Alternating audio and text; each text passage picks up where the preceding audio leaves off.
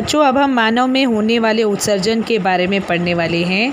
जिस तरह से पाचन संस्थान में पाचन की क्रिया संपन्न होती है, श्वसन संस्थान में श्वसन की क्रिया संपन्न होती है, इन दोनों क्रियाओं के उपरांत कुछ अपशिष्ट पदार्थों की निर्मित होती है, अनावश्यक पदार्थों की निर्मित होती है, जिनका निष्कासन करना आवश्यक होता है।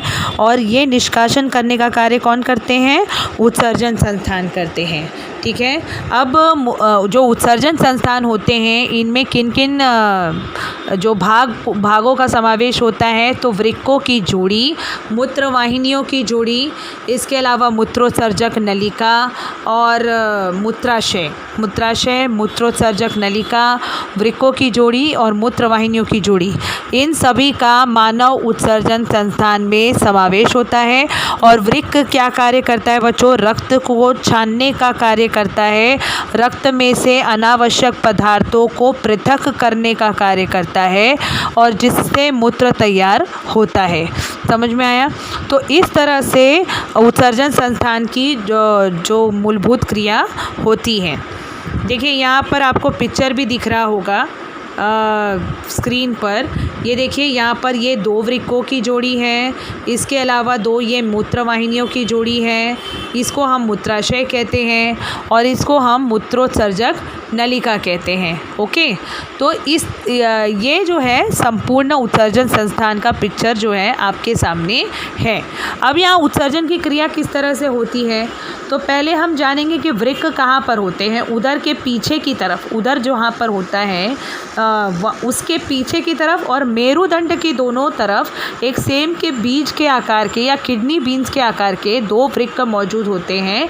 ओके, तो वृक्क में छानने की जो क्रिया होती है, इस क्रिया को करने वाला कौन? नेफ्रॉन्स।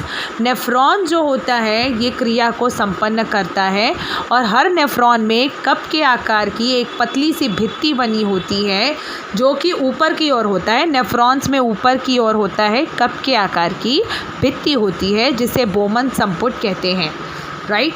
इस बोमन संपुट में रक्त कोशिकाओं की जाली होती है, जिसे ग्लोमेरुलस कहते हैं।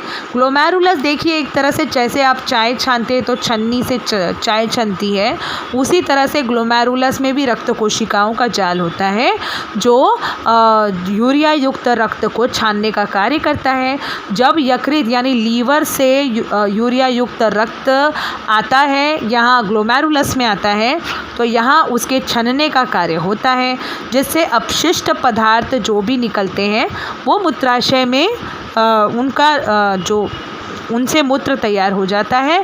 और उसके बाद जो भी छन कर पानी जैसा जो द्रव होता है, वो द्रव के अणु या कोई भी ऐसे अन्य पदार्थ के अणु जो होते हैं, वो आगे चलकर नेफ्रॉन नलिका में जाते हैं।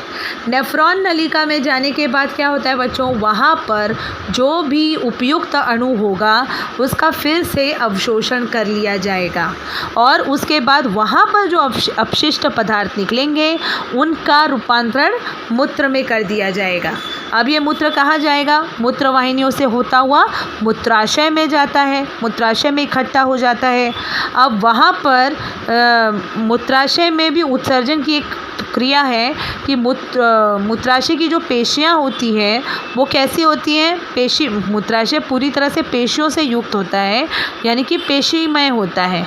लेकिन पेशीमय होने के बावजूद पूरे मूत्राशय का नियंत्रण किसके पास होता है? तंत्रिका के पास।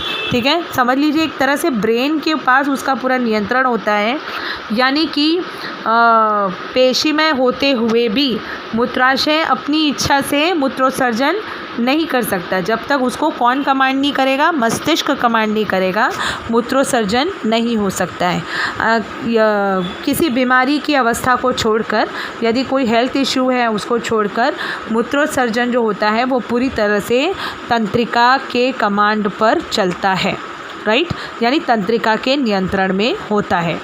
तो इस तरह से मूत्रोत्सर्जन होता है बच्चों। अब देखिए यहाँ नीचे दिखाया गया है कि दायां वृक्क जो होता है वो बाएं वृक्क से नीचे होता है। देखिए यहाँ पर आप पढ़ सकते हो, दायां वृक्क बाएं वृक्क से थोड़ा नीचे की ओर होता है। हर वृक्क के अंदर 10 लाख नेफ्रॉन्स होते हैं। साधारण व्यक्ति में 5 लीटर ब्लड होता है जो हर दिन वृक्क में 400 बार छाना जाता है।